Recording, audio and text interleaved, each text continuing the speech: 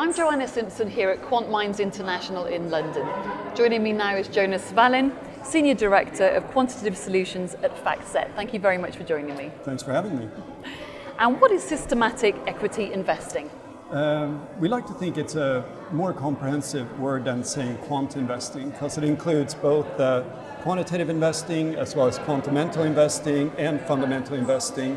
In the end, what it's about is trying to use rules to guide you to take some of the biases out of your investment process. And more than that, I think it's also about a recognition that you want to have man and machine. And we want to take everything that's very positive and good from the quantitative side, meaning breadth, speed, depth, unbiased to the extent it can be. But at the same time, recognize that not everything can be back-tested. You have periods like we experienced during COVID, or what we're experiencing right now with the Magnificent Seven in the United States. The 7 largest companies make up 33% of the S&P 500. I would bet that 90% of all quant managers will have to override their models to deal with it, because it's not logical by most standards. So that's where we see systematic being a more fitting word. And what is the end-to-end workflow?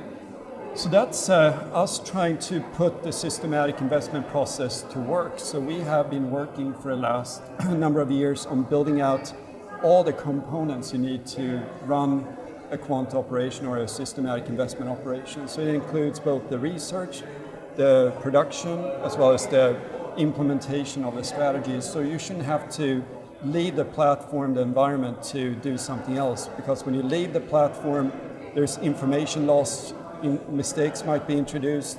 So by having everything in one platform, you can become more productive and minimize any mistakes. But at the same time, obviously, it's very, very important that you retain flexibility, sophistication, and speed. But we feel that that has been achieved. And could you expand a bit on the detail of the end-to-end workflow? Sure. So for the past 18 months, we've been looking at what we had in our inventory. So Factset has been doing quant sort of research for about, it's probably going on 30 years by now. And when we looked at it, both from what we do and what we see available in the marketplace, we see there's a lot of focus on backtesting, a lot of things that are being discussed here at the conference. There's also a fair amount of inventory around risk models and optimizers. Factset, for instance, I think we, last time I counted, have about 120 different risk models on the system, multiple optimizers.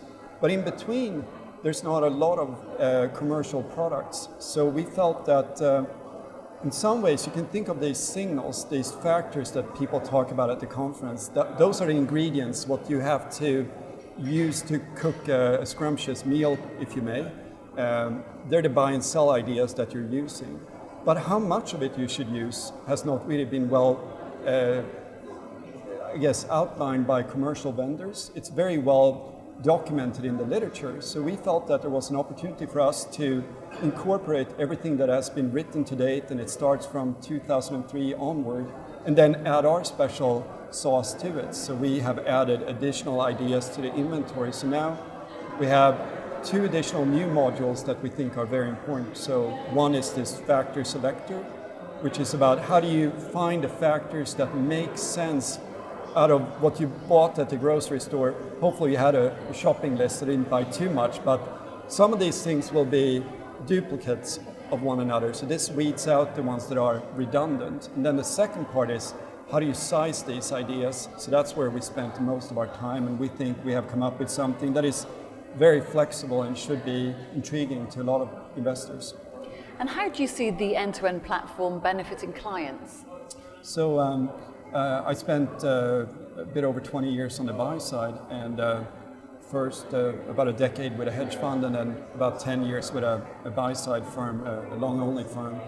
And what I noticed in both cases, and I've seen with other firms that I've been visiting with, a lot of times everyone has to build the same processes. You have to start from scratch and then build the various components. So I think that 80% of what's being built is been built because you have to have it to have a chance to start investing, but it's not the exciting part.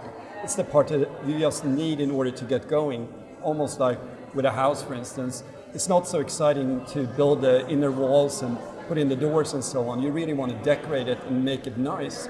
So what we've done is add that productivity to most investors. We see it as they can use this system to get 80% of the way, and they still add a secret sauce. They get to free up resources to do research and portfolio management. So that's the primary reason. But I would also say on the margin, it has become a scale game, just like we're down to really 2 or 3 cloud providers.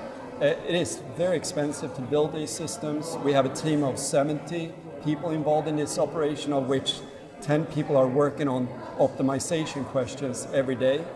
Mid-sized and smaller firms probably cannot bring the same resources to bear.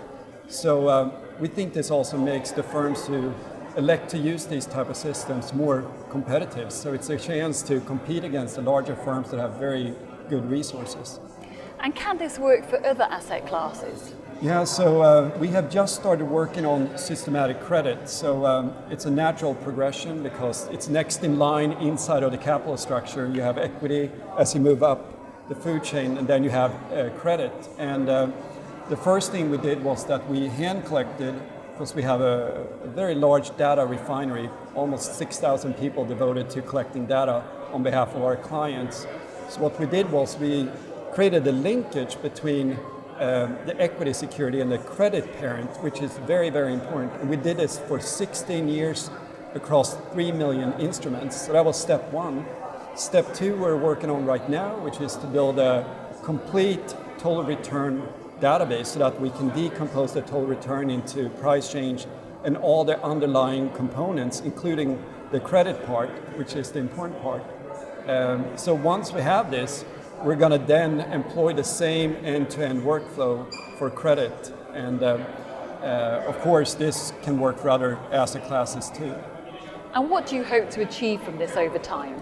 Yeah, so over time, I sort of gave it away there a bit. It can work for other asset classes because now that we've done it for equities, at least as a Gen 1 or V1, we are going to continue to enhance it. That's what you do as a vendor. And then we're going to do the credit part and then move on to global macro so that we have the complete asset class suite. That way, we can become a platform as a service provider, which we think, again, is very attractive as the world is becoming more and more complex, given the 800 databases that we offer, the data that sits up in Snowflake, and then building some of these tools that I talked about today. So we think platform as a service is the way forward to find scale in this industry that is under continuous deflationary pressure.